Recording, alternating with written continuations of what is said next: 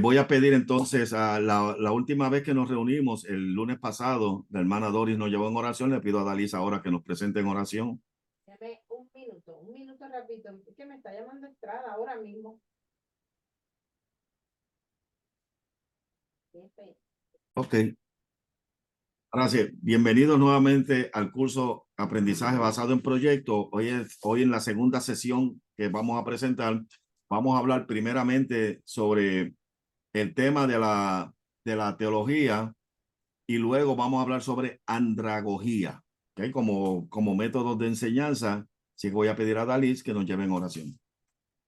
Amén, amén. Padre eterno que estás en los cielos, te damos gracias, Señor, por la oportunidad que nos estás dando de poder tomar este taller, Dios de la gloria. Dirígenos, usa al doctor Santos para que pueda presentar todo el contenido que vamos a escuchar en esta tarde y que nosotros podamos recibirlo y aplicarlo en nuestros procesos de enseñanza-aprendizaje.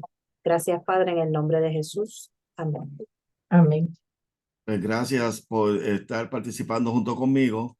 En este tipo de enseñanza, de aprendizaje basado en proyectos, pues tenemos nosotros varias modalidades que podemos adaptar, que ya nosotros conocemos porque hemos tenido la experiencia de estar enseñando en una institución teológica. Y uno de los temas que nos pueden ayudar a nosotros es la reflexión teológica. ¿Ok? ¿Cómo nosotros hacemos teología?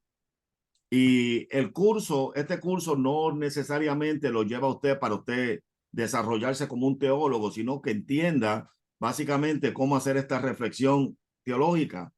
Y reflexionar, pues básicamente es aprovechar la oportunidad para adquirir información, ponderarla, o sea, entenderla, establecer relaciones significativas y luego hacer uso de las conclusiones. Dentro del aprendizaje basado en proyectos, cuando el estudiante reflexiona, lo que hace es hacer una investigación sobre el tema o los temas o el proyecto que está trabajando para poder el estudiante tener un aprendizaje a base de esa reflexión. La reflexión le ayuda a poder llegar a conclusiones. Esas conclusiones, pues básicamente son lo que se discute como la enseñanza que hemos tenido. Ahora, la reflexión teológica requiere que se haga en comunidad. O sea, no es un trabajo que lo hacemos solos, sino un trabajo que se hace en comunidad. Y la comunidad necesita ser un espacio seguro y apoyador. Esto significa que cuando nosotros hacemos reflexión teológica, básicamente como creyentes, como cristianos, nosotros hacemos esa reflexión teológica en la iglesia, que es el entorno donde la comunidad de fe se reúne y donde todos son congruentes a hacer las mismas actividades, todos van con el mismo objetivo, adorar al Señor. ¿Ok? Y crecemos al compartir nuestras vidas y cómo vemos y entendemos a Dios en medio de los eventos de nuestras vidas. Vamos integrando esos entendimientos de quién es Dios según reflexionamos juntos y creamos nuestras propias teologías. Me gusta como el doctor Estrada lo expresa, donde hay dos temas que él habla en conjunto en cuanto a la reflexión teológica, y es que la iglesia canta su teología. Pero no solamente que canta la teología, sino que esa teología va en camino a la esperanza que tiene el pentecostal en particular, la esperanza que tiene el creyente, esa esperanza de que aquellas cosas que se discuten en los sermones, aquellas cosas que se discuten en la escuela dominical o en las escuelas bíblicas, aquellas reflexiones que vienen de el devocional diario que nosotros tenemos de lectura, de oración, de alabanza, pues todo ese conglomerado de entendimiento o de experiencias que tenemos, pues se van integrando en una reflexión donde se hace una teología en común. Ahora, debe ser flexible esa reflexión teológica para poder ser relevante dentro de las relaciones cambiantes de la vida y al amor constante de Dios. ¿Entiende? Tiene que haber ese balance entre que aquella reflexión teológica que nosotros hacemos va en torno a lo que Dios revela en su palabra. ¿Okay? Y la acción de estos eventos en nuestras vidas es primero ver, pues en la observación, pues identificar los elementos clave de la vida, pensar, analizar la información y actuar. Usar esa información para nuestras futuras acciones en medio de los eventos de la vida y cómo voy a responder a la vida. Vemos que la reflexión teológica nos ayuda a nosotros a tener una oportunidad de tener una base donde podemos nutrir el conocimiento junto con la experiencia. Pues la tarea de la reflexión teológica es entablar una relación entre cómo vemos el universo y cómo vivimos juntos como pueblo de Dios.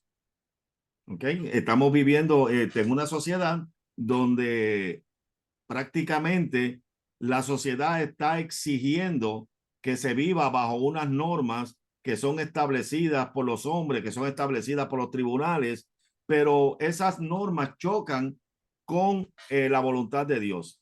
Y muchas veces nos estamos forzados como iglesia a participar de esas decisiones de la sociedad y reflexionamos que van en contra de los estatutos establecidos por el Señor en la Biblia, y entonces se crea ese choque y se crea básicamente ese tipo de paradoja y ese tipo de discusiones entre los seres humanos. Pues la reflexión teológica es pastoral y espiritual en cuanto a que surge de nuestras actividades de cuidado y oración, de acción cristiana y de meditación.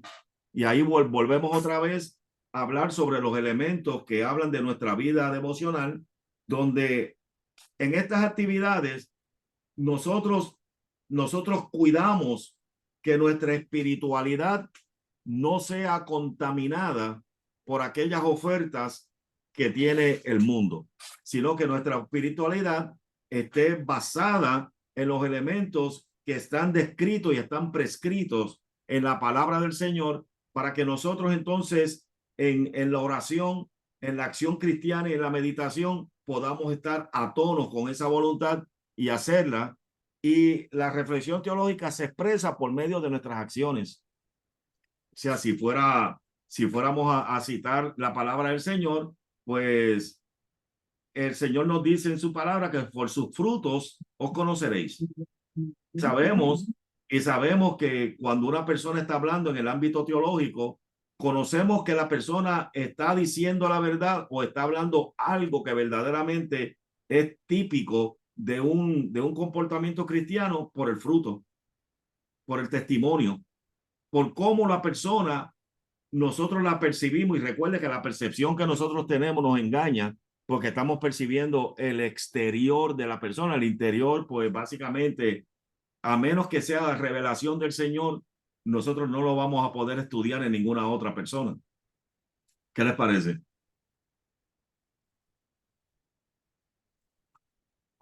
¿Me parece? Definitivo. Me gustó algo que dijo que de verdad no lo había.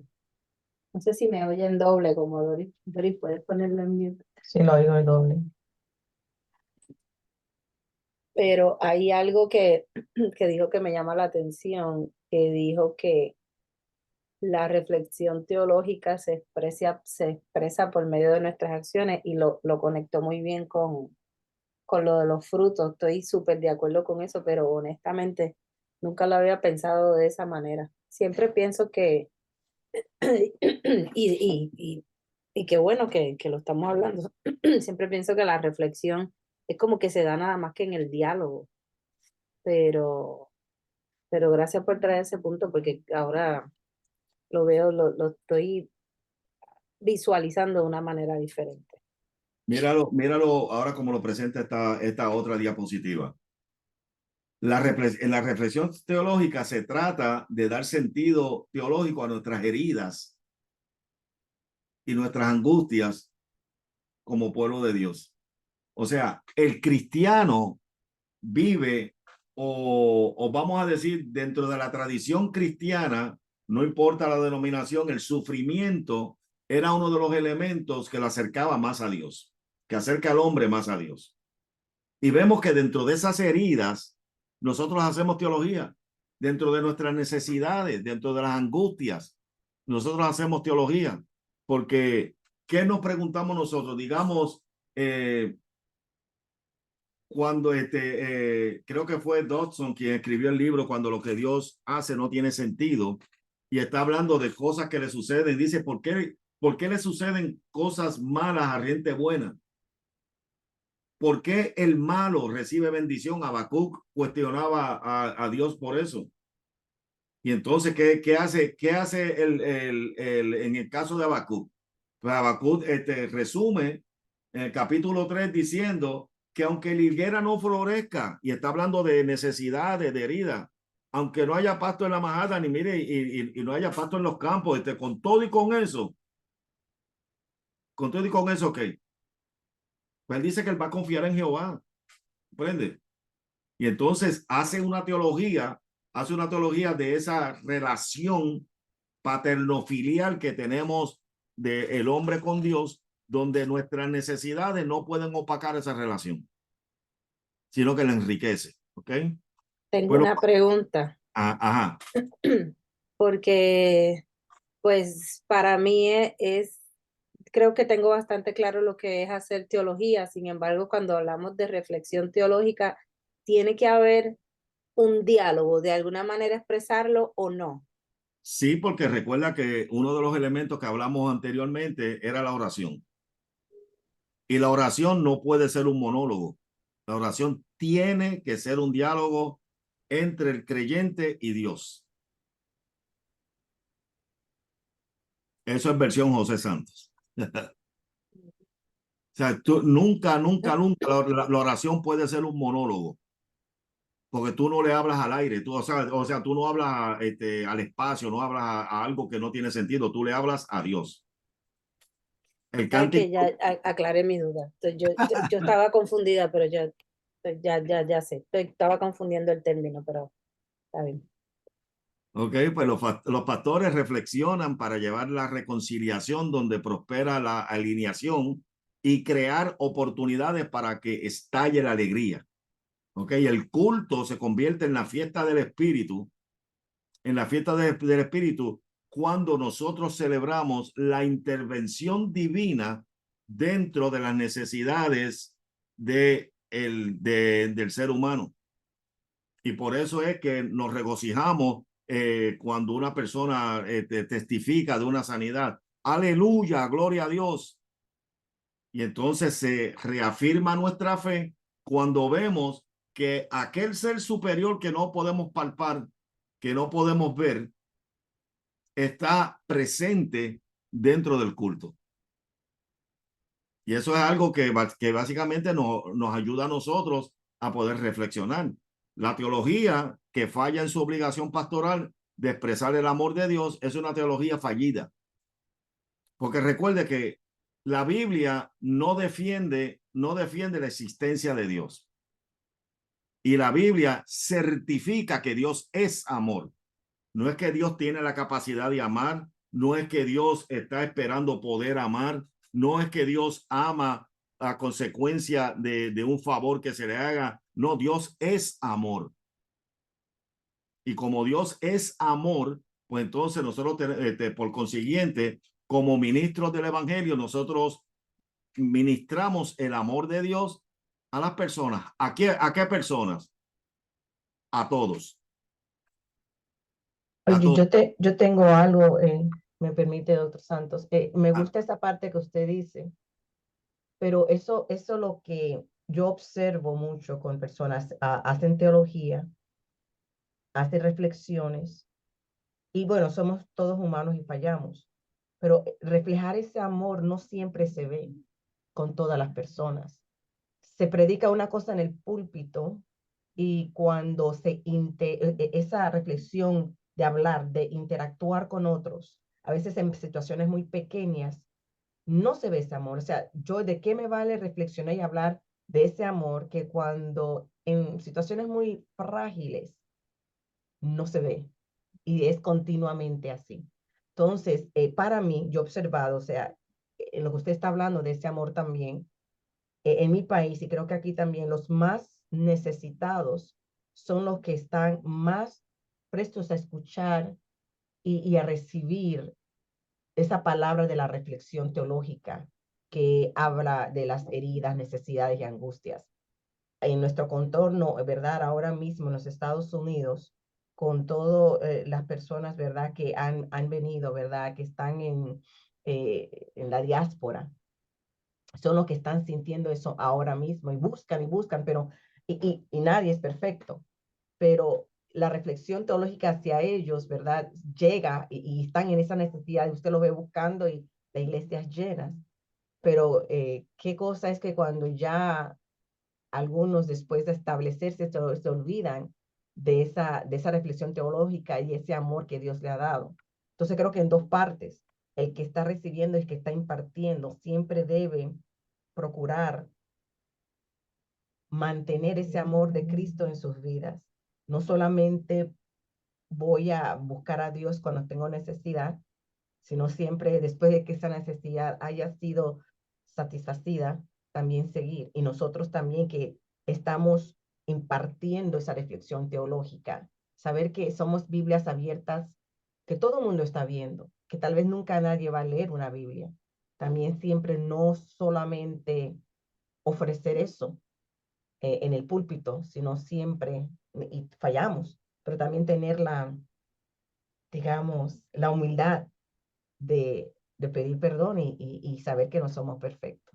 Amén. Bueno, Eso es lo que quería decir. vamos a abundar un poquito más en eso. Y voy a hablar a través de lo que dice la palabra del Señor. El impío no necesita que desde el púlpito se le recuerde que está mal delante de la presencia del Señor. En un foro de comunidad de donde hay personas que son píos y hay personas que son impíos. Hay quienes son creyentes y quienes no son creyentes. Pues el impío no necesita que nosotros en el sermón, que el sermón sea dedicado única y exclusivamente para señalar las faltas que ha cometido esa persona en particular. La misma Biblia nos lo dice. Romanos capítulo 3 nos dice que no hay quien busque a Dios, no hay ni siquiera uno, citando el Salmo 14. Y nos dicen en 3:23, por cuanto todos pecaron, están destituidos de la gloria de Dios. Quiere decir que el ser humano conoce esa realidad, conoce esa realidad. Ahora, ¿qué es lo que hace un predicador en este acto de reflexión teológica? Vamos nosotros a reflexionar en el tema del amor, en el tema de la esperanza, en el tema de la salvación. ¿Por qué razón? Porque la Biblia, toda la Biblia, desde Génesis hasta los mapas, toda la Biblia está comprendida en el tema de el plan de Dios para salvación de la humanidad.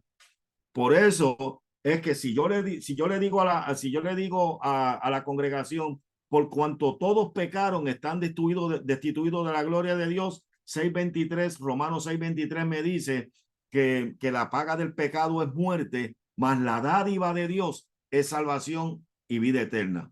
Por eso es que dice que justificados por la fe, tenemos paz para con Dios por medio de nuestro Señor Jesucristo. Ahora ninguna condenación hay para los que están en Cristo Jesús. ¿Ok? Para aquellos que viven conforme al Espíritu y no viven conforme a la carne.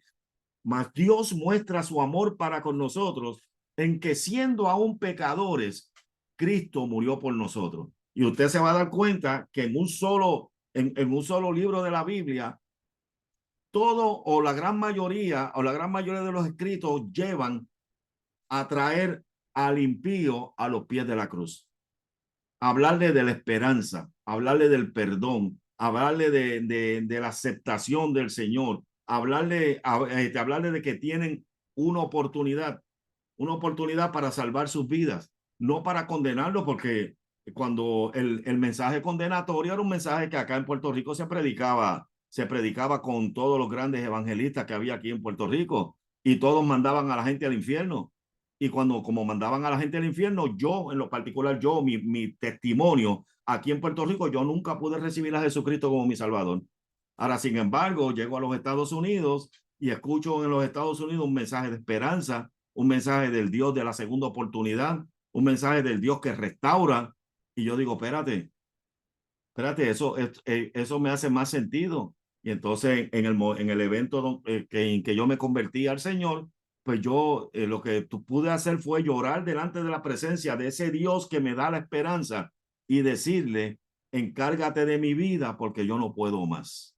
¿Comprende? Pero si yo hubiese escuchado, hubiese seguido escuchando ese machacar de que eres carbón del infierno, que si te vas a quemar en la caldera número 6, que si el diablo te está esperando y qué cosas eso, pues mire, jamás ni nunca yo podía recibir a Jesucristo. Por eso que nosotros tenemos que tener cuidado en cómo hacemos la reflexión teológica, porque sí existe el diablo, sí existe el pecado, sí existe el mal, pero existe Cristo, existe la cruz, existe el cielo, existe el amor de Dios, ¿comprende? Y vamos a enfatizar más en esos elementos para que aquellas personas que nos escuchan a nosotros puedan escuchar el verdadero testimonio de alguien que realmente desea que ellos tengan una experiencia con el Señor.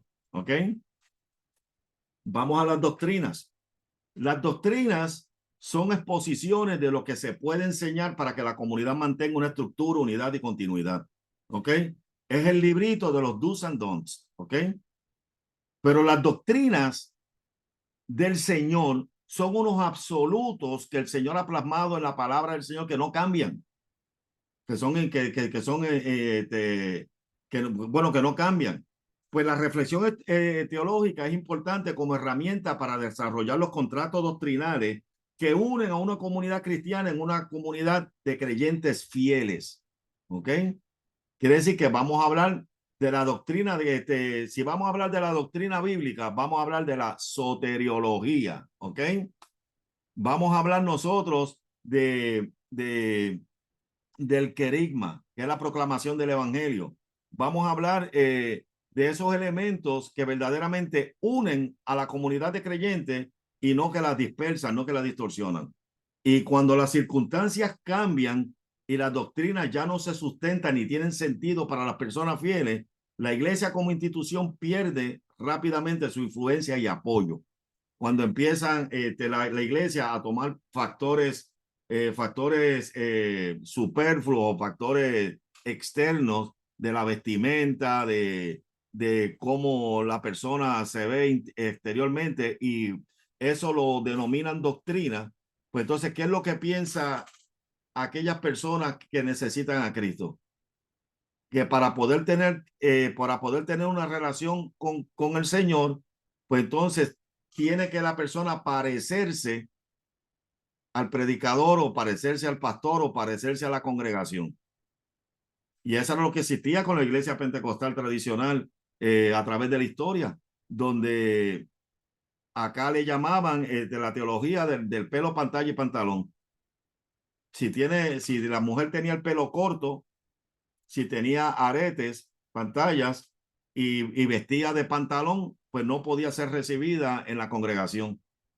¿Por qué? Porque eso le llamaban doctrina. Esos son dogmas. Esos son inventos humanos. Pero la doctrina, que es bíblica, que tiene que ser bíblica y tiene que ser cristocéntrica, la doctrina está diseñada para unir a la comunidad, no para dispersarla.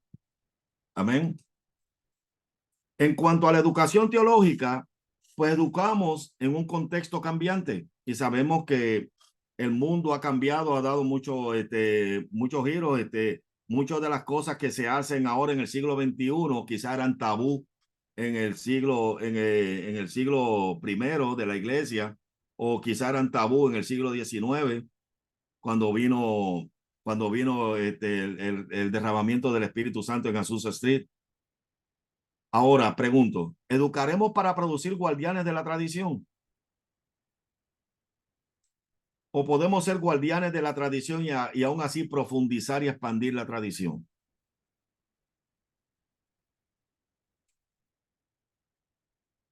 ¿Ok? Pueden contestar la pregunta o tratar de contestarla. Pensé que era retórica. No, no. Este, Fue intencional. ok. Bueno, yo creo Mira, que saludamos a Licea que llegó. decano, Dios le Saludos, bendiga. perdonen hermano, realmente lo olvidé. Me da culpa por mi mea culpa. Bendiciones, Nicano. Ujú. Pues fíjese, voy a tomar esto para decir, pues hay que guardar la tradición, pero también hay que profundizar, porque si no guardamos la tradición, se nos olvida llegar al culto, como al decano se le olvidó entrar a la reunión. Oye, Ahora, lo que es rápido y tú te aplicas lo que aprendes. ahora, llegar al culto o no llegar al culto, ¿es una falta?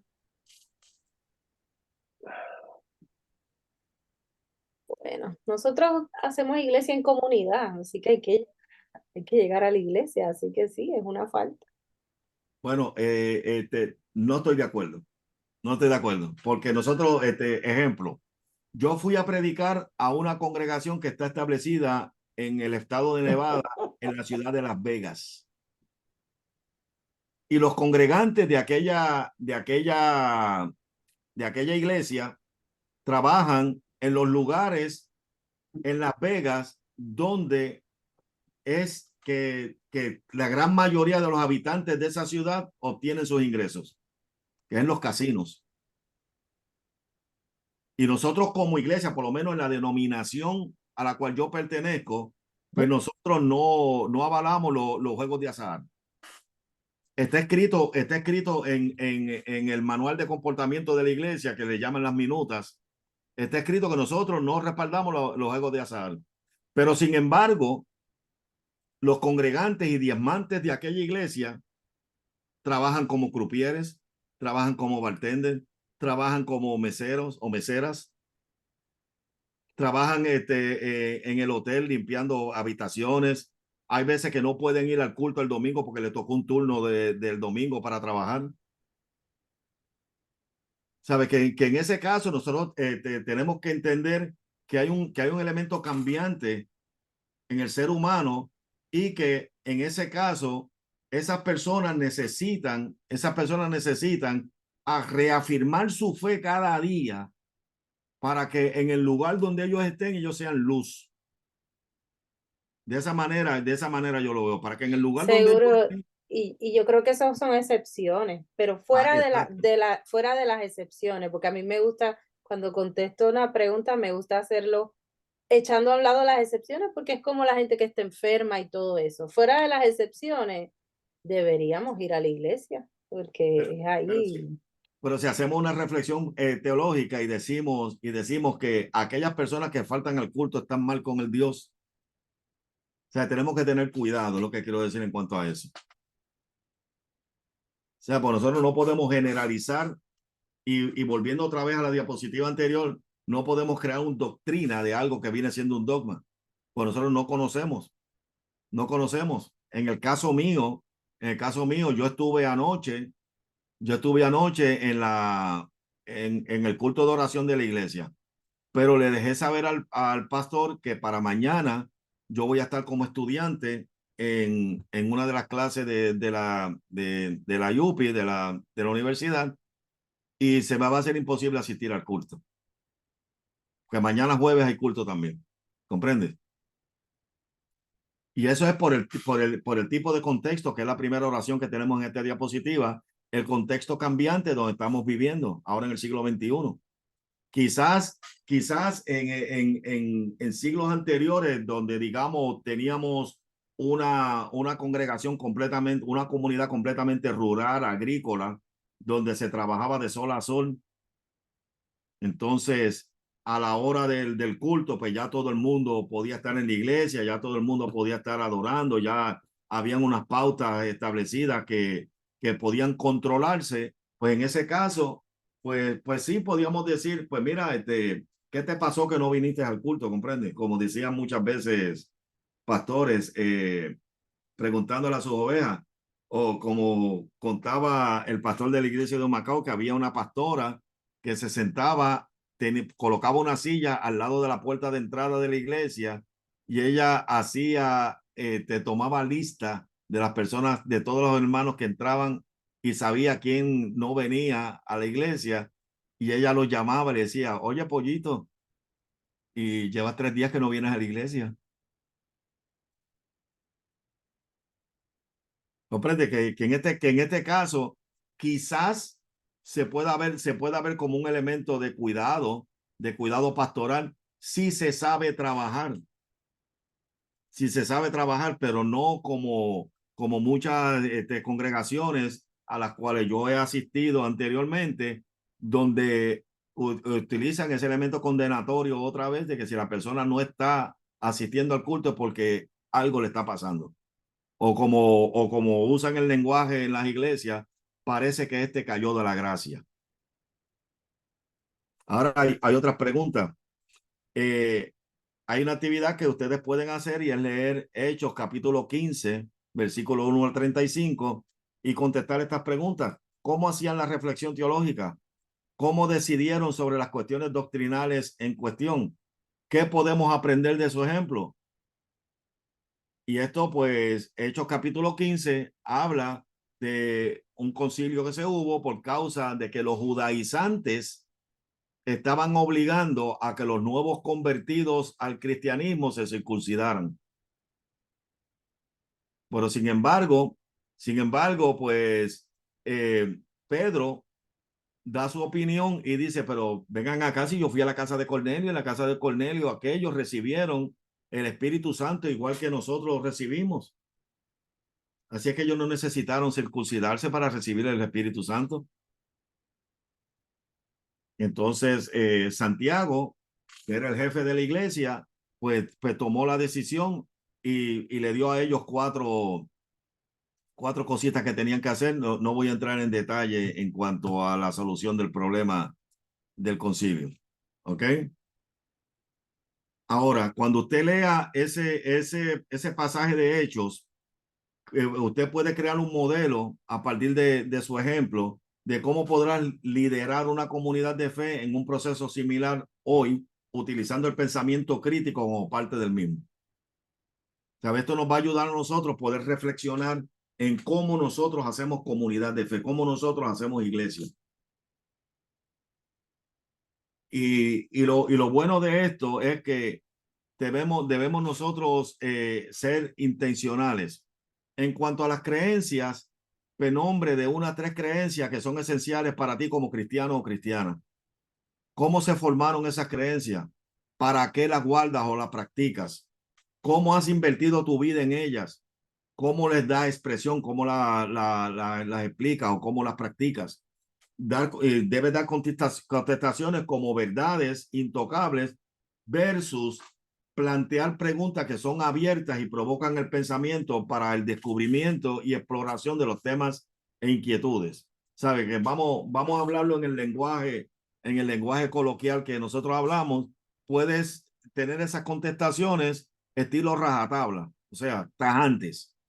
O de lo contrario, dejarlo como una expresión abierta, buscando otros horizontes.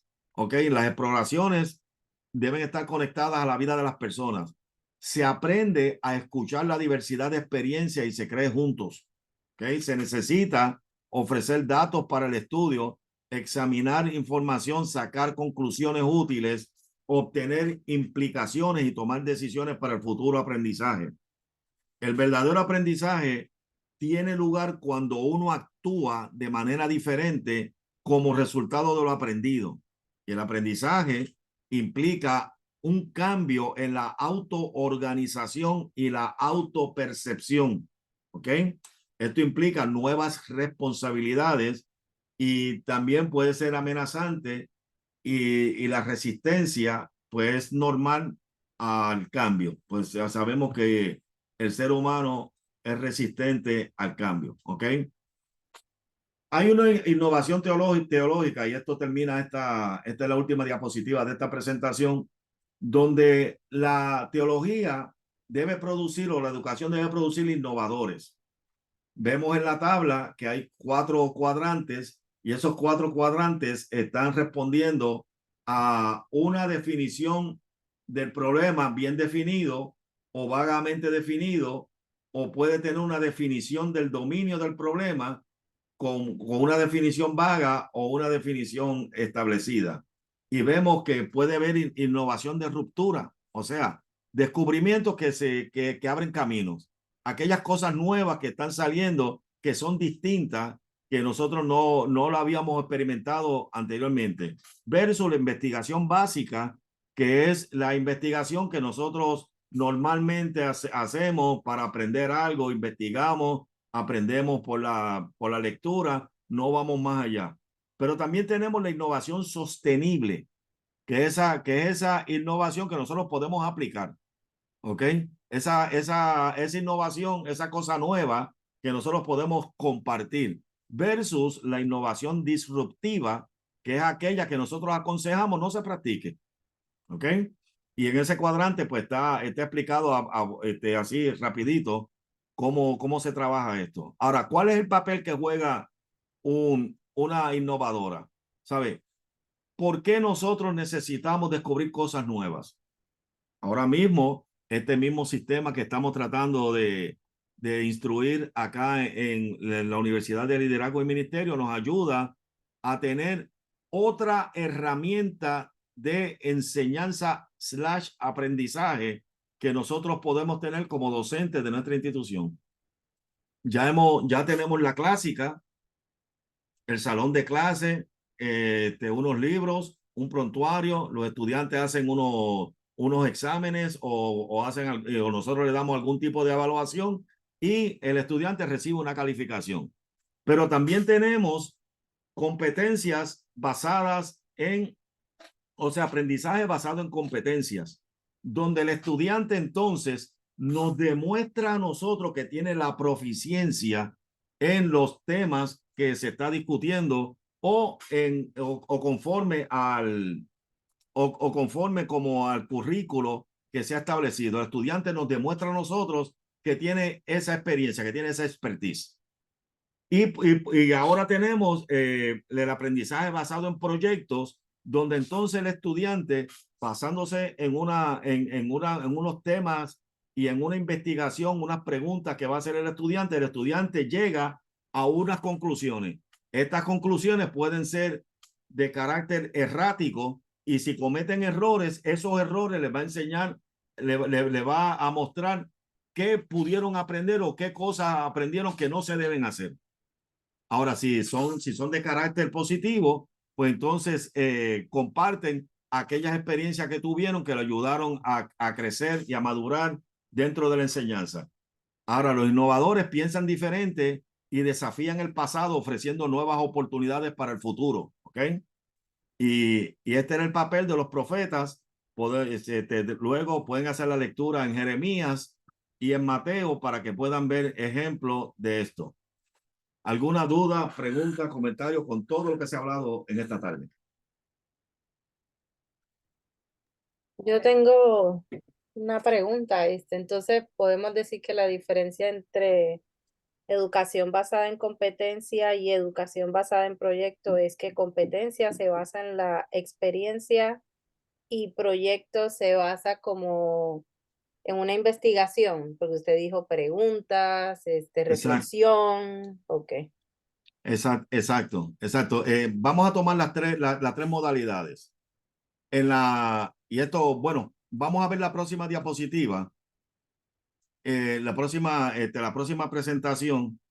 Y entonces vamos a tener unos elementos que podemos nosotros ver en cómo, cuando veamos la andragogía. Porque en realidad, bueno, o lo puedo explicar ahora. Nosotros tenemos primero la educación clásica. Es un profesor que tiene un cúmulo de conocimientos y ese cúmulo de conocimientos el profesor se lo transfiere a los estudiantes y los estudiantes corroboran ese cúmulo de conocimientos del profesor basado en una lectura de unos libros de personas que escribieron sobre el mismo tema. Y entonces se le hace una evaluación. Esa evaluación puede ser de carácter objetivo o subjetivo, dependiendo cómo sea. Y entonces, de acuerdo a cómo el resultado del examen o de la evaluación, entonces se determina si el estudiante, basado en esos porcentajes, si el estudiante verdaderamente aprendió algo o no aprendió algo. ¿Qué sucede con ese tipo de educación? Pues mire, el estudiante pudo haber practicado en cómo sacar un 100 en un examen, un 100% en un examen, pero eso determina que la persona aprendió algo. Eso lo que determina es que el estudiante pudo obtener una buena calificación. ¿Ok? Nos vamos digamos, a la empresa privada, donde estas personas poseen estos títulos, y entonces usted ve que estas personas con esos títulos tienen que ser readiestrables en ciertos tipos de dinámicas, porque no traen ese conocimiento de la universidad, porque ellos aprendieron a salir bien en exámenes. ¿Entienden? Ahora, pasamos esas mismas personas y las traemos entonces ahora a aprendizaje basado en competencia. ¿Ok? CBE. Pues en el aprendizaje basado en competencia, esta persona ya, en vez de nosotros evaluarlos dentro del currículo o dentro de la dinámica que la universidad o el profesor quiere traerle al estudiante, nosotros lo que vamos a hacer es buscar o analizar lo que el estudiante nos presenta a nosotros como que es su área de expertise. En el caso de nosotros como universidad, teníamos 7 áreas distintas de la pastoral, donde esas 7 áreas distintas de las pastorales, el estudiante tenía que demostrarnos a nosotros con hechos, con pruebas, con reportes que hacían los estudiantes, tenían que demostrarnos que verdaderamente sabía predicar, sabía de administración, sabía de educación cristiana, sabía de consejería o de acompañamiento pastoral, y sabía de todas estas 7 destrezas. Entonces, ¿qué hacíamos nosotros? Creábamos una matriz o lo que se llama una rúbrica, y dentro de esa rúbrica calificábamos ese esfuerzo del estudiante. Entonces, en este caso, el aprendizaje venía por la experiencia, yo demostrándote lo que yo sé. Ahora, con el concepto de aprendizaje basado en proyectos, pues el estudiante se le presenta un postulado. Ejemplo, para un ejemplo de un postulado que podamos crear en un currículo de aprendizaje basado en proyectos, vamos a ver por qué los adolescentes se escapan de las casas. ¿Por qué los adolescentes se escapan de sus casas? Tendríamos que definir qué es escapismo. Escapismo es la dinámica aquella que utilizan los magos para desaparecerse, los ilusionistas para hacer, pero también escapismo significa alejarse de ciertas situaciones, ¿no? Y basado en esa segunda definición, pues entonces si es alejarse, vamos a ver bíblicamente qué personas se alejaron y podemos estudiar su escapismo. Jesucristo. Jesucristo se le desapareció de las manos a su padre y a su madre cuando fueron a la fiesta de Jerusalén. Y 3 días después lo encontraron en el templo. Y cuando María le reclama a Jesús, Jesús le dice: en los negocios de mi padre es menester que yo esté. Pues entonces el escapismo puede ser por causa de una necesidad, vamos a colocar entre paréntesis la palabra, una necesidad ministerial que tenía el adolescente. Vamos a ver los hijos de Elí. Primera de Samuel, el libro de Primera de Samuel, los hijos de Elí. Los hijos de Elí, hijos del sacerdote, ¿qué hicieron ellos? Ellos ministraron en el templo, pero ministraron con actos pecaminosos. Ahora, ¿por qué los hijos de Elí usaron ese tipo?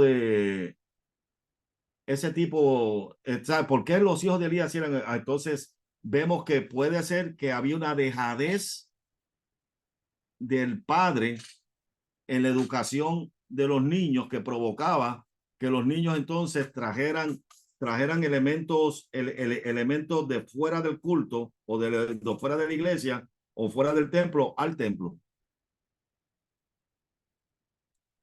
podemos ver otros tipos de elementos donde haya personas donde hayan envuelto jóvenes, y para eso pues se me ocurre en el libro de el caso de Roboam, sí, el caso de Roboam, ese es Segunda de Crónicas, el libro de Segunda de Crónicas, donde Roboam entonces pide consejos de los jóvenes y no quiere escuchar el consejo de los ancianos. Ahí vemos otro elemento donde los adolescentes, los jóvenes, nos pueden enseñar cuáles son sus necesidades, hablando en el plano bíblico. Ahora, yo investigué lo que dice la Biblia, vamos a investigar qué es lo que hay en la sociedad, vamos a buscar los hijos de mis vecinos, vamos a buscar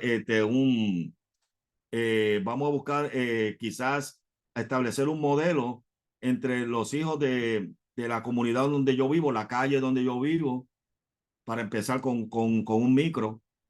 Y entonces estudiamos y analizamos, y eso lo hacemos haciendo preguntas, haciendo investigación. Y luego que hacemos todo eso, entonces llegamos a conclusiones. ¿Qué conclusiones tenemos? Vemos que en el siglo XXI, los jóvenes están más dados a estar detrás de cualquier evento que haya un artefacto electrónico, y no tienen mucho interés en esto de la espiritualidad, en esto de la teología o en esto del comportamiento, estas cosas. Vamos a decir que llegamos a esa conclusión, no necesariamente tiene que ser eso. Pero para que entendamos que dentro de la investigación yo voy aprendiendo con los postulados que me hicieron a principio, con las directrices que me hicieron a principio, pero que va a ser la experiencia mía como investigador lo que me va a ayudar a mí a poder establecer el conocimiento. Básicamente lo que es una tesis doctoral, pero colocada en una forma más simple. Eso aclaró algo,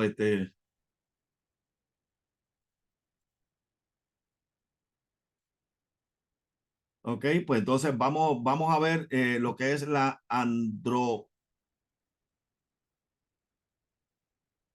si la encuentro. Sí, yo sé dónde está ya.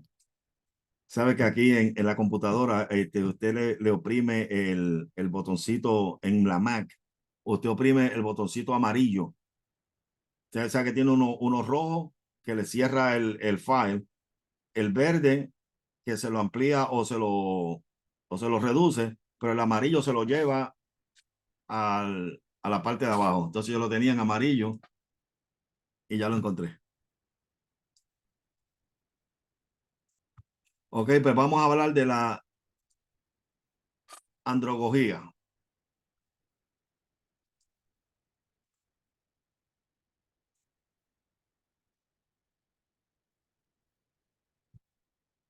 En la andrología, pues ya por definición, pues la andrología es la forma en cómo los adultos aprenden.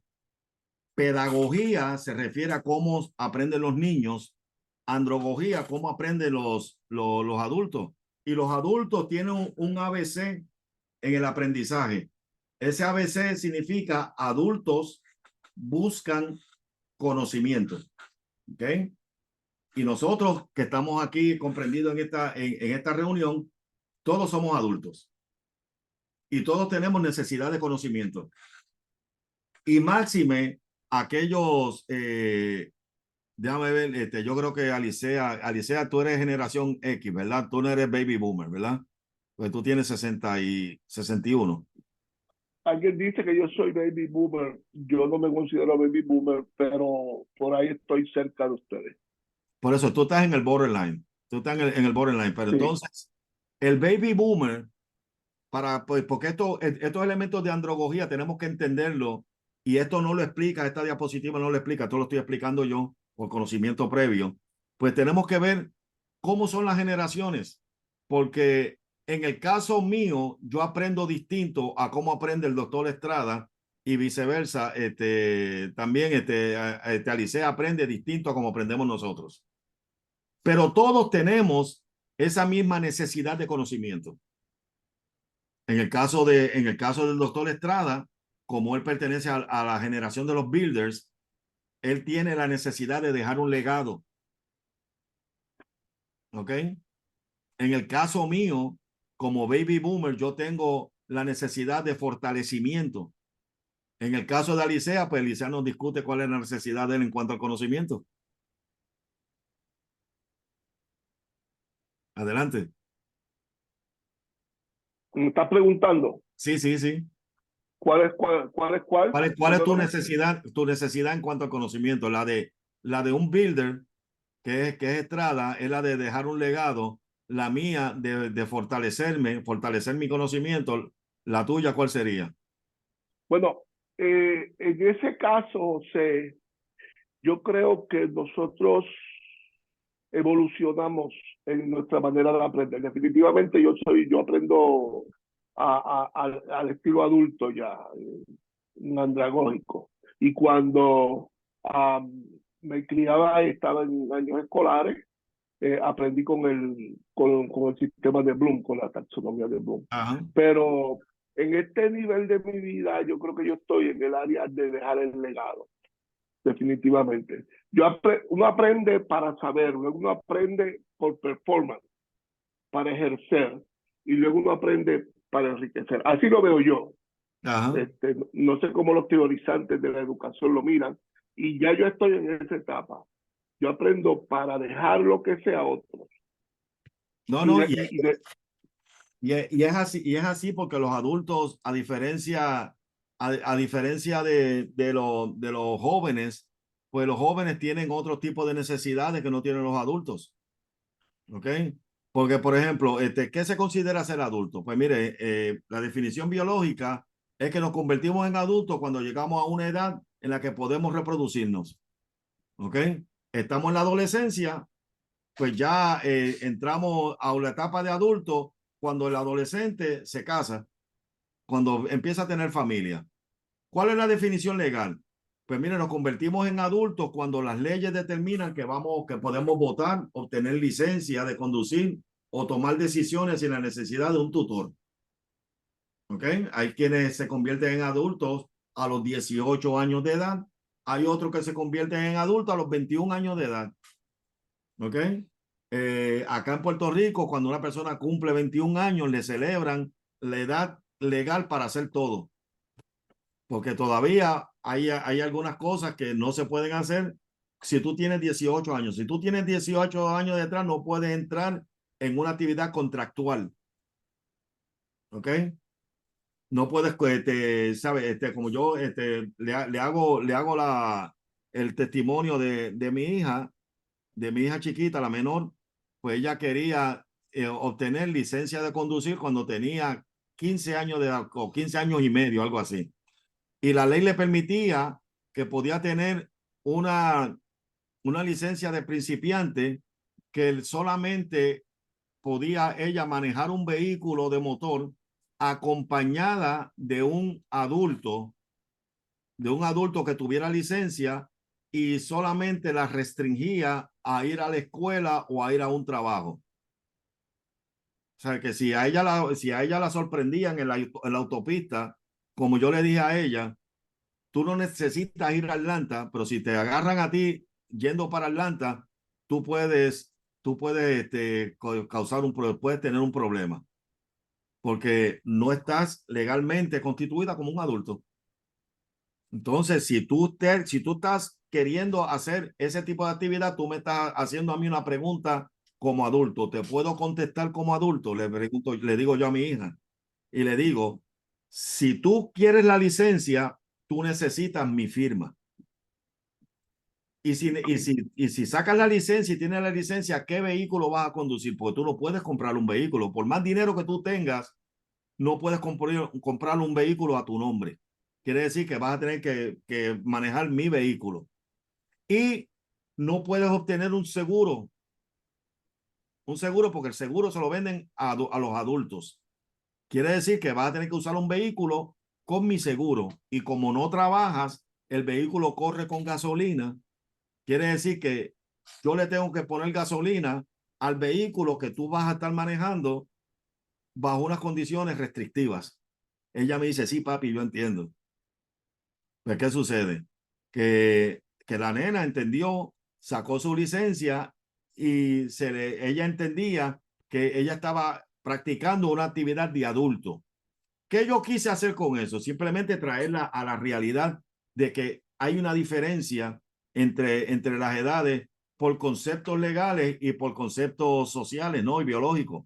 Pues socialmente nos convertimos en adultos cuando podemos asumir roles como el de formar una familia y tener conciencia ciudadana, ¿ok?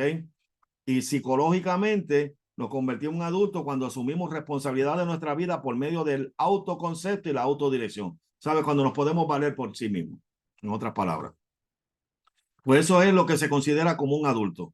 Ahora, hay varias características del adulto. Hay una adultez temprana, donde es la culminación del ciclo vital, donde ya llegamos al pico de nuestra vida, ¿ok? Donde la selección donde te hacemos una selección de nuestras profesiones, nos ubicamos socialmente, hacemos la formación de la familia y adquirimos ciertas ideologías. Pues está la adultez intermedia, que es donde decrecen las capacidades físicas, se tiene experiencia y madurez, se tiene estabilidad, competencia laboral, proyección al mundo exterior, y está la adultez tardía, que es donde ya declive, ya se pierden la fuerza, las habilidades, las destrezas, se interioriza, hay la pérdida de la responsabilidad laboral y familiares, se vuelve realista y le interesa el resultado de cierto plazo, ¿sabes? De ciertas cosas en la vida. El interés por la vida es distinto entre una persona de adultez tardía a uno de adultez temprana. Nosotros como educadores tenemos que saber entender qué tipo de adulto estamos nosotros, con qué tipo de adulto estamos trabajando, porque no todos los adultos en distintas edades van a aprender de la misma manera. Amén. ¿Por qué estudian los adultos?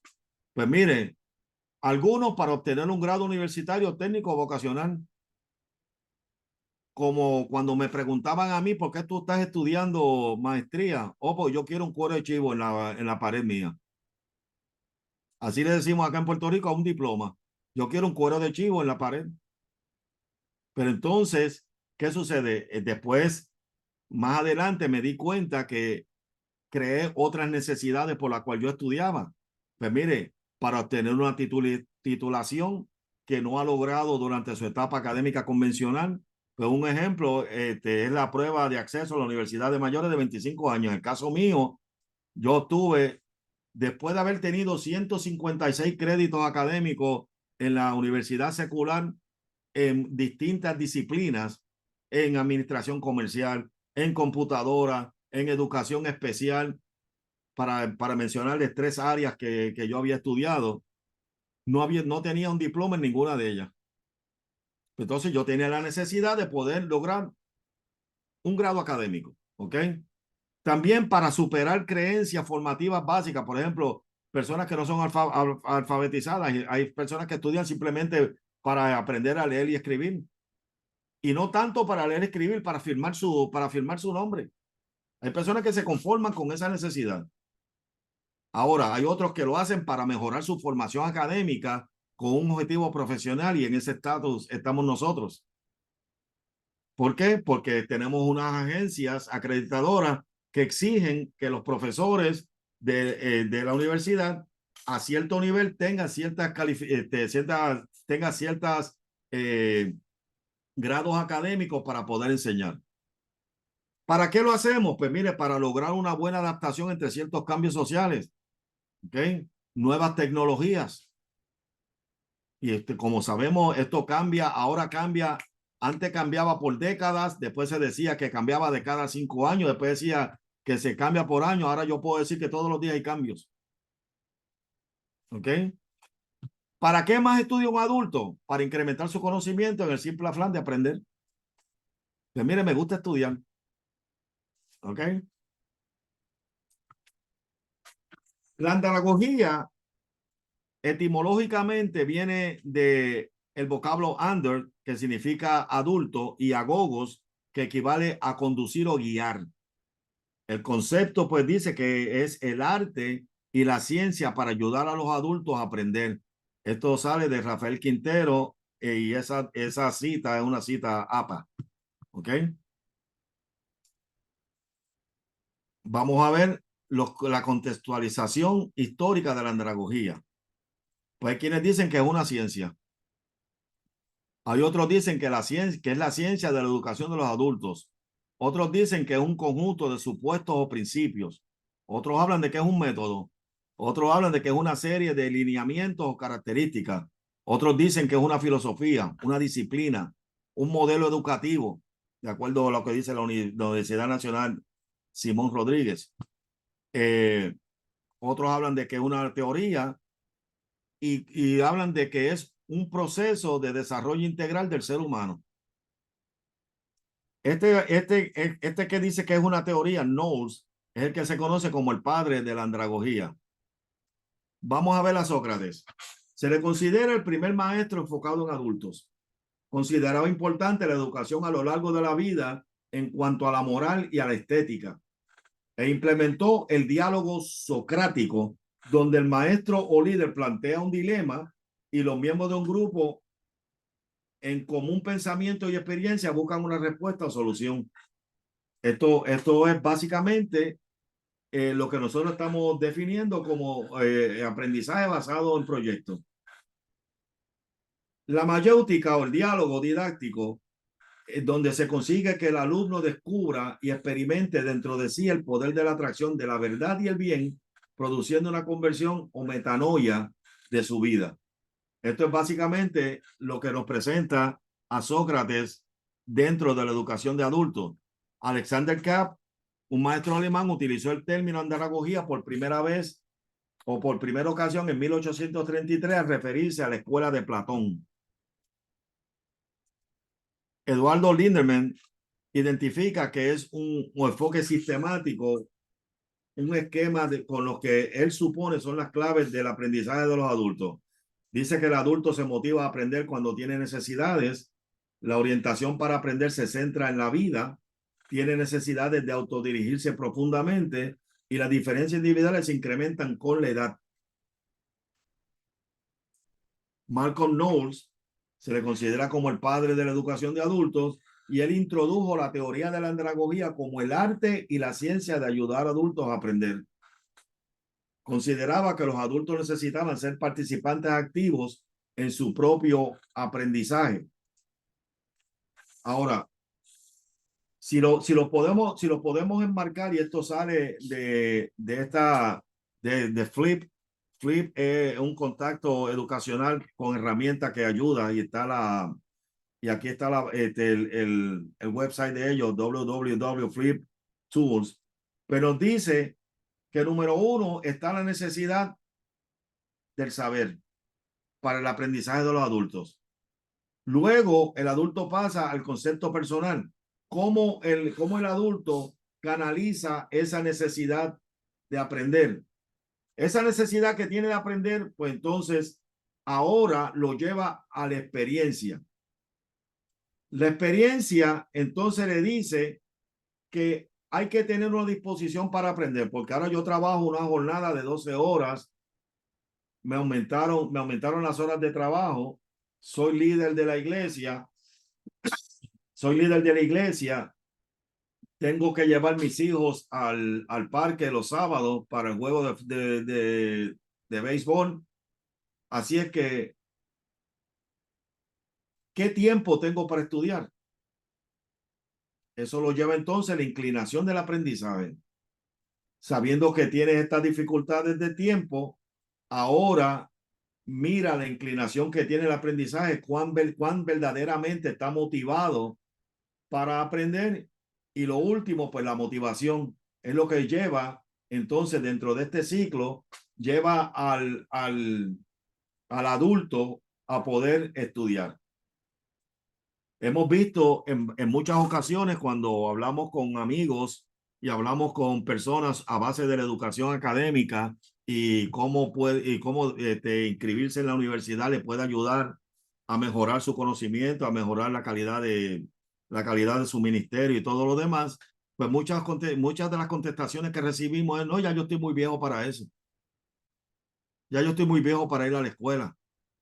Si tú supieras que hace más de 30 años que yo no voy a la escuela. Y entonces, ¿qué sucede? Esa persona se queda en la etapa número 4 de esta base y entonces de ahí no pasan. Porque esa disposición para aprender no se cultiva. Ahora, aquellos que se inclinan al aprendizaje son aquellos que son motivados para aprender. Así es que cuando vemos el ciclo, vemos el autoconcepto, la experiencia, la disposición, la orientación, la motivación y la necesidad. Y eso lo vemos como un ciclo completo de cómo debe ser los principios de acuerdo a cómo Knowles los presenta. ¿Ok? Ahora, contestando la pregunta que se había hecho en la presentación anterior sobre la diferencia entre la andragogía y la pedagogía, pues en la pedagogía usted tiene una persona que tiene el cúmulo de conocimiento. ¿Ok? Este birrete verde sobre esta persona significa que esta persona es la que tiene el conocimiento. Este es el maestro. Y el maestro le imparte el conocimiento a los estudiantes, ¿ves? Y eso básicamente, de esa manera es como se le enseñan a los niños. ¿Ok? La andragogía, por otra parte, pues entonces tiene a muchas personas que tienen conocimiento y esas personas que tienen conocimiento van interaccionando unas con otras, compartiendo ese cúmulo de conocimiento que cada uno tiene. Vemos el cuadro, cómo se ve la diferencia. Dentro de la pedagogía se está utilizando el aprendizaje basado en proyectos y está teniendo mucho éxito dentro de la pedagogía, pero también sería un elemento esencial para poder ver cómo los estudiantes aprenden como adultos. ¿Ok? Vamos a ver la andragogía como método de aprendizaje. Pues para el momento de implementar los modelos andragógicos, se debe tener presente, número 1, que el aprendizaje de los adultos es diferente al proceso que se tiene en la etapa infantil, de lo cual se encarga la pedagogía, que es un proceso para guiar el aprendizaje de estudiantes adultos y que establece cómo identificar las fuentes de información y sitúa el aprendizaje dentro de un campo específico. Quiere decir que en cuanto a la enseñanza del adulto, se envuelve mucho el entorno, el método y el facilitador. Y si usted se fija por las vórtices que están entre la persona que está en el centro y las distintas métodos o los distintos o las distintas formas de aprendizaje, vemos que el adulto debe estar en un entorno donde se sienta, vamos a decir, donde se sienta cómodo para aprender. Okay, usted no puede enseñarle a un adulto donde haya música, donde haya distracciones. Quizás un joven puede tener unos audífonos escuchando su música favorita mientras está leyendo de un libro o está leyendo su computadora o está haciendo alguna manualidad. Pero el entorno del adulto es distinto. El adulto necesita tranquilidad. ¿Cuál es el método que podemos utilizar con el adulto? Al adulto, pues no podemos retarlo. Usted reta al adulto, pues entonces, ¿qué sucede? Si el adulto ve que no puede cumplir con el reto, simplemente echa hacia un lado el aprendizaje y sigue su camino. Ahora, el facilitador tiene que ser una persona que verdaderamente entienda el concepto de la andragogía para que pueda entonces detectar esas áreas donde el adulto quizás necesite más atención y poderle dar más atención en esas áreas donde verdaderamente el adulto pueda estar fallando. ¿Ok? Ya la discutimos.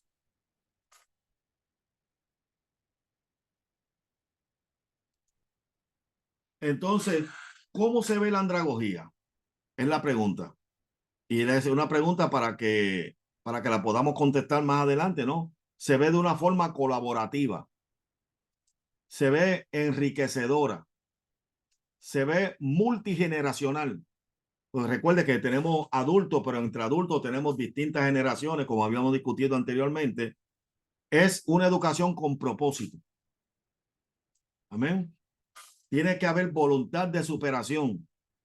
Y usted ve el contraste entre personas de avanzada edad con personas que aparentan estar en un lugar con limitaciones de educación.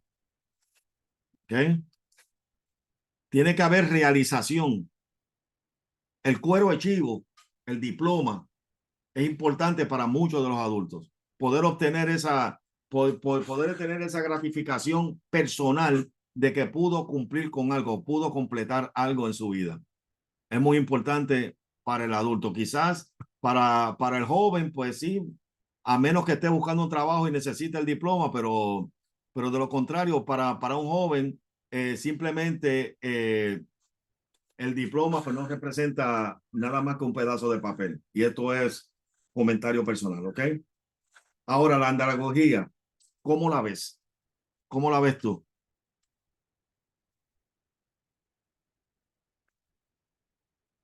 Y eso, pues, nos quedamos con esa pregunta. ¿Cómo usted ve la andragogía?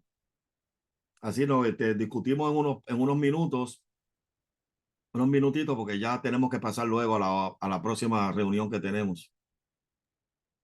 Bueno, yo veo la andrología como algo que se está implementando, que no se implementaba antes, pero creo que en los ámbitos educativos de nuestros días se está utilizando ese tipo de educación, en donde no solamente hay un solo fácil, por lo menos en lo que son las clases de adultos, como de maestría, como la cual nosotros acabamos de pasar, y también de bachillerato en unas escuelas donde eh, están colaborando los estudiantes entre ellos con el facilitador o el profesor, intercambiando ideas. Y creo que es algo que no se marcaba, no se hablaba mucho de eso anteriormente, del aprendizaje. Siempre se hablaba de lo que era la educación pedagógica, la cual es la pedagogía, ¿verdad? Se entendía como que era educación, como, no como era de niños, sino creo que antes el ámbito era entenderlo como que era educación, pedagogía era educar, por lo menos así yo lo veía. Pero la manera de la antropología ahora, androgogía, Andragogía. es, es, es como que es la manera más usual, la forma más de utilizar o de nuestros días, de nuestros tiempos, de educar a las personas, a los adultos, y aunque no, muchos no lo aceptan, después de que lo llegan a practicar y lo hacen, lo, lo abrazan, porque es una manera muy interesante de obtener conocimientos, no solamente obtenerlos de los libros, del que está facilitando la clase, pero también de los compañeros de clase. Esa es mi opinión. Bien. Al igual que la predicación, cuando nosotros nos preparamos para predicar, nosotros escribimos el sermón, escribimos el bosquejo del sermón, hacemos el estudio, la investigación, nos preparamos como la persona que va a presentar el sermón. Pero una de las cosas que hacemos los predicadores es que nosotros investigamos cómo es la congregación donde yo voy a predicar. Muchas veces todavía aquí, y digo así, porque todavía en el siglo XXI tenemos que nosotros indagar qué forma voy a ir vestido. ¿Ok? En una ocasión yo fui a una iglesia donde fui vestido con chaqueta, corbata, y cuando llegué el pastor me dice, oiga, póngase relajado, esté relax. Me dijo así en inglés. Y yo digo, pero si yo estoy relax, ¿sabes? Yo pensé para dentro de mí, para mí yo estoy bien, como normalmente nos vestimos nosotros los ministros. Pero sin embargo, aquel pastor estaba en una camisa, no tucked in, sino por fuera, con unos jeans y unas tenis. Y él me dijo, relax, ¿entiendes? Y nosotros pues tenemos que saber cómo va a ser la persona que va a aprender cuando estamos nosotros preparando nuestros currículos, preparando nuestros prontuarios. Tenemos que saber quién es nuestro público, quiénes son nuestros estudiantes. Mayormente femeninos, el grupo, o son masculinos, o son jóvenes, o son adultos, porque dependiendo del género, dependiendo de la edad, va a ser el tipo de aprendizaje que nosotros podemos llevarle a ellos.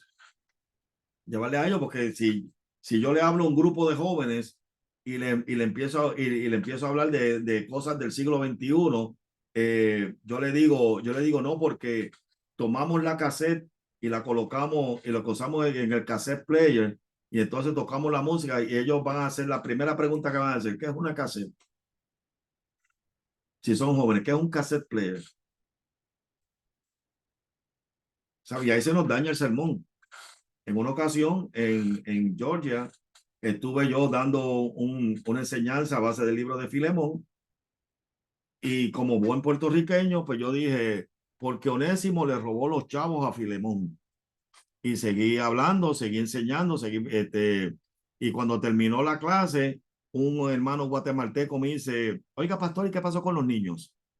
Digo, ¿cuáles niños? No, pero usted dijo que Onésimo le robó los chavos al... No, es que chavos, nosotros nos referimos por chavo al dinero. Pero para él entendió niños. Se me dañó la predicación, ¿comprende? Se me dañó la predicación porque yo no tuve los escrúpulos de investigar quién era mi audiencia. Por eso es que la andragogía es importante, para conocer la audiencia, conocer nuestra audiencia. Conmigo se graduó una hermana de 85 años de edad. Se graduó del doctorado. Y mucha gente preguntaba: ¿y esa señora de 85 años qué hace ahí? Pues ella quería tener su diploma. Y cuando ella trabajaba en su trabajo, ella trabajaba como una persona de la edad de 85 años. Los profesores no podían esperar que ella reaccionara como una persona de 20, 30 años, 40 años de edad. ¿Comprende? Y eso nos ayuda a nosotros a poder tener cierto grado de flexibilidad cuando estamos enseñando, pero también ser más efectivos en cuanto a la educación, porque recuerde que en este aprendizaje basado en proyectos, el aprendizaje depende más del alumno que del profesor. El profesor simplemente es un facilitador. ¿Ok? ¿Alguna pregunta, comentario? No, gracias, profesor. La verdad que sí. Pues entonces, como hicimos la vez pasada, les voy a pasar una evaluación para que más tarde en la noche le hago una evaluación para que la contesten. Gracias por haber contestado a la primera. Y luego de eso, pues nos preparamos entonces para el viernes. El viernes vamos a seguir hablando sobre estos temas, y vamos a dedicar la mayor parte del tiempo a discutir lo que es un proyecto basado en un aprendizaje basado en proyecto, lo que es el esquema de cómo preparar el proyecto. Amén. Así es que muchísimas gracias. Nos vemos en unos minutos en la otra reunión. Que el Dios le Señor... bendiga, cuídense. Amén.